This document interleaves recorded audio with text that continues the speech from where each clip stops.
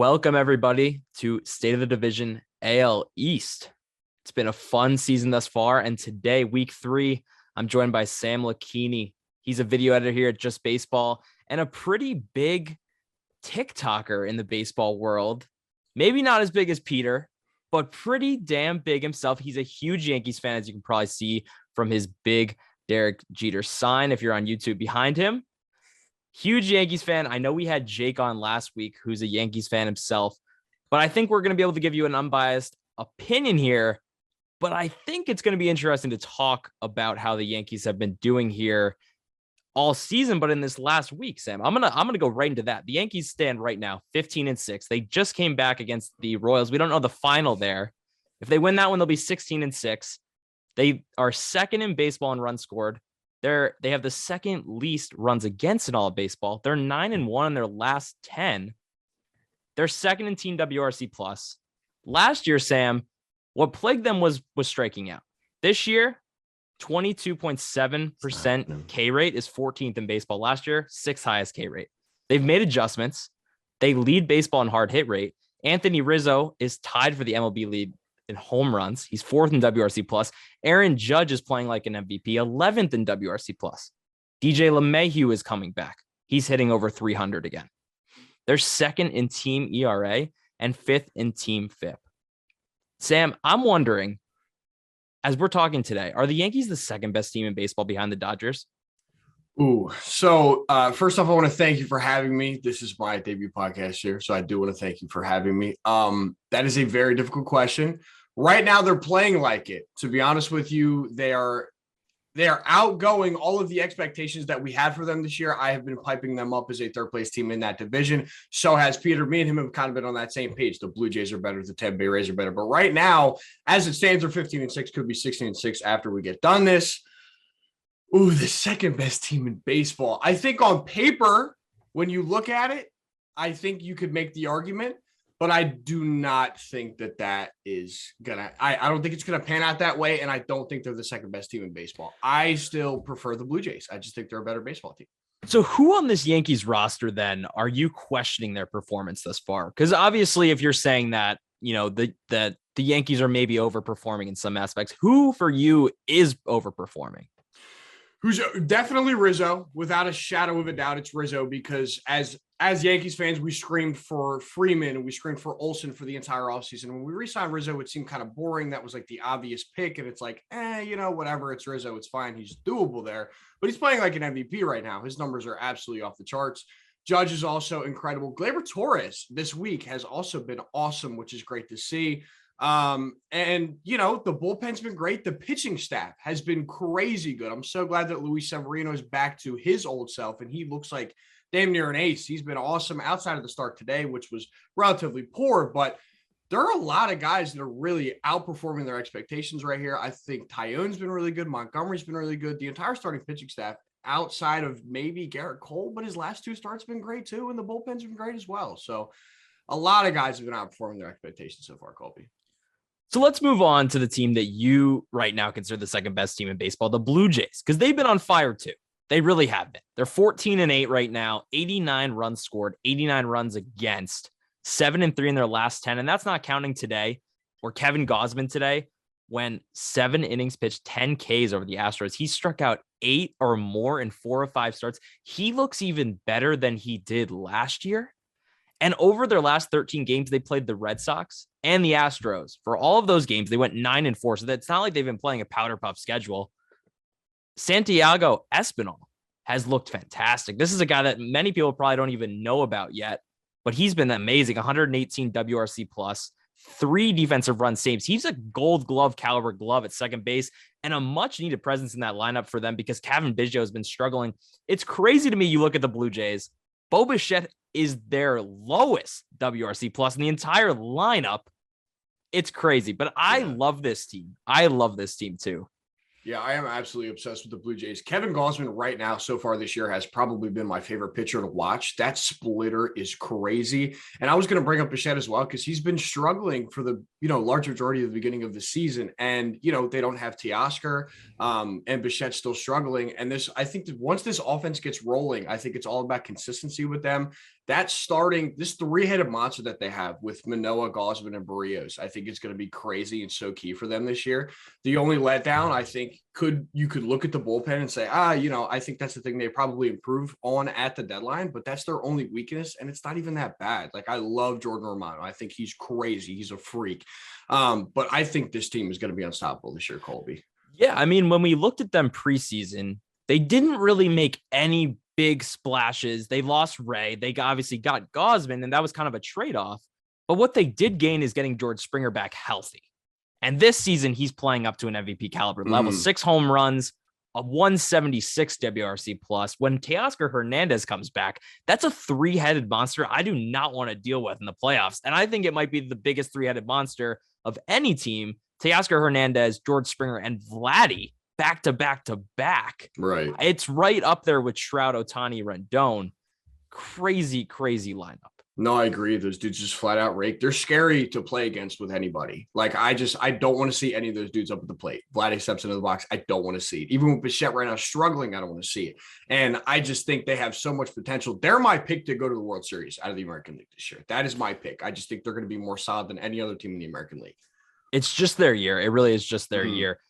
Now let's move on to the team that we always seem to undervalue. And maybe by this point we're not. And we just keep saying that we undervalue them when really everybody knows that they're going to be good. And it's the Rays. They're 12-10, 90 runs scored, 93 runs against. Their pitching, though, has been a strength.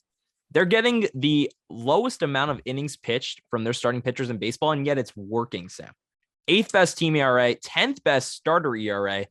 And I think this rotation will develop as the year goes on. Drew Rasmussen is building up right now. He's a guy that I think will come on strong. He went 6 innings pitched, 9 Ks against the Mariners last week, 3.5 ERA, 3.33 FIP. Kluber looks solid. This lineup hasn't gotten going all the way yet. I think this is a team that really just hasn't gotten going all the way. The only thing that does scare me right now about this team is that Wander Franco right now is dealing with some hamstring tightness. And I'm not to say that's going to bother him for a long time. But if Wander Franco gets hurt, this team could be really, really hurting with the way their lineup has been shaken out behind him. No, and I think he's been crazy so far. He's been awesome. Obviously, in the Red Sox series, he was huge for them. Another guy, Ji-Man Choi, has been crazy this year. I think, let me check on this real quick. I did write this down. Ji-Man Choi is a 226 WSG plus. He's slashing 357, 491, 595 so far this season. He's been insane. And I'm not expecting that kind of production out of Ji-Man Choi this year, but early on, it's been awesome to see.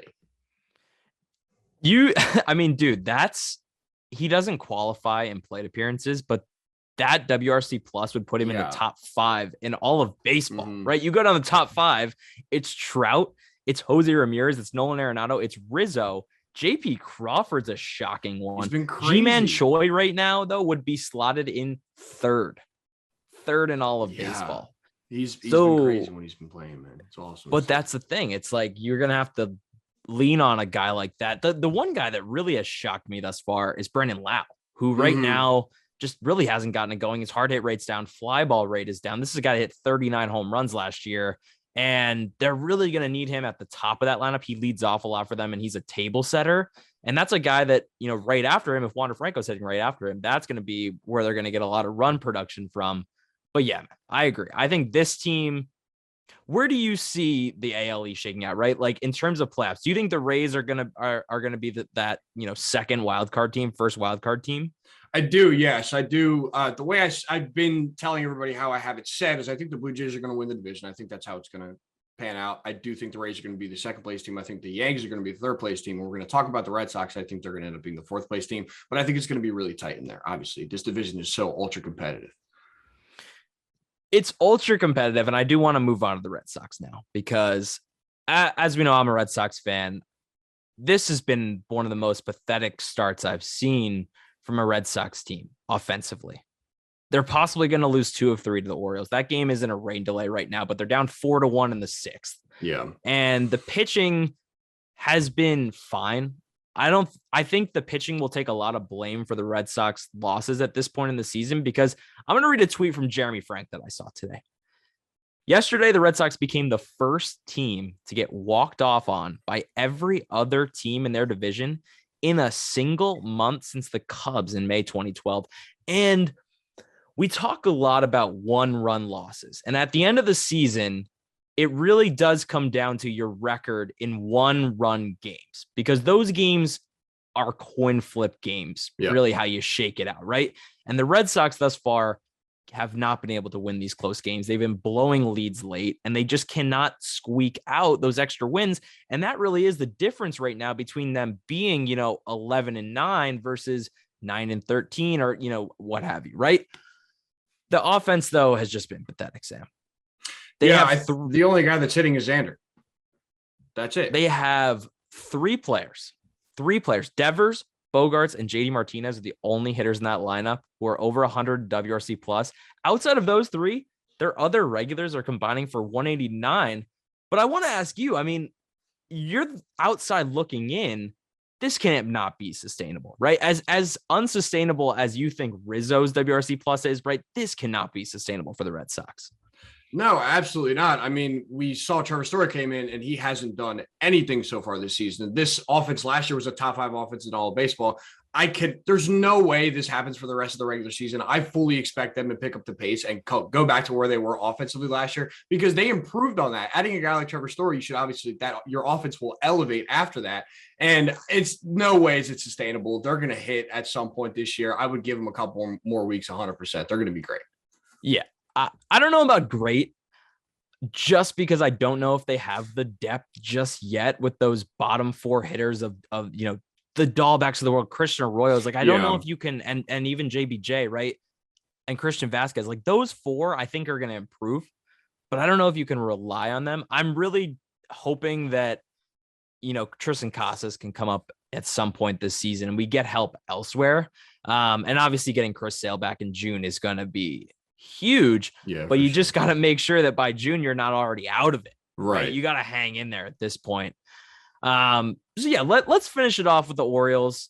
And I don't know if there's really that much to talk about the Orioles this week in terms of what they're just kind of going by the status quo. Austin Hayes, though, has been their bright spot. Crazy. He's been so right. Good. He's been crazy. 293, and he's been raking, which I didn't really expect when you have guys like Trey Mancini struggling. You have guys like Cedric Mullins who are struggling, and Austin Hayes is kind of taking over that role and having his breakout of his own.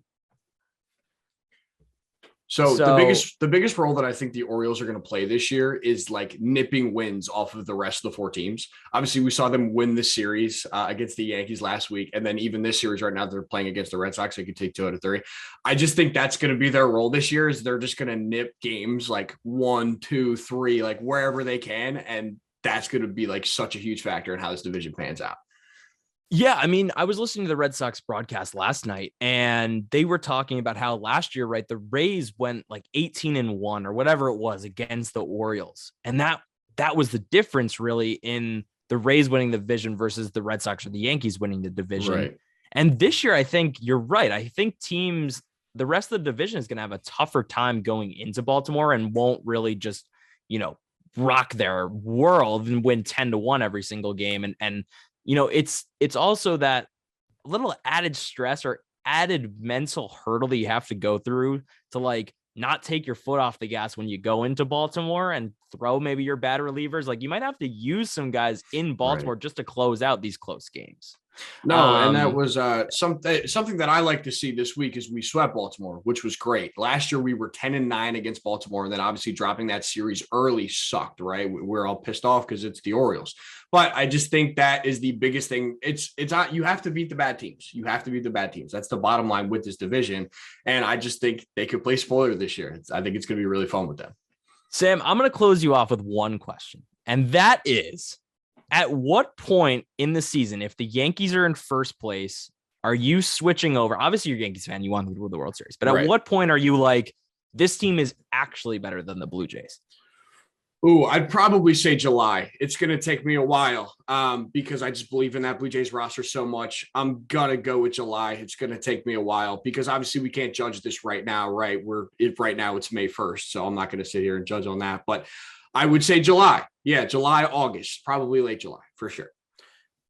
I think that's about right. It's a long season, man. That's just what we have to be preaching right now. No matter if your team is winning like crazy or losing like crazy or in the middle, it's a long season. It's just May 2nd today, right? We're just not even a month into the season yet.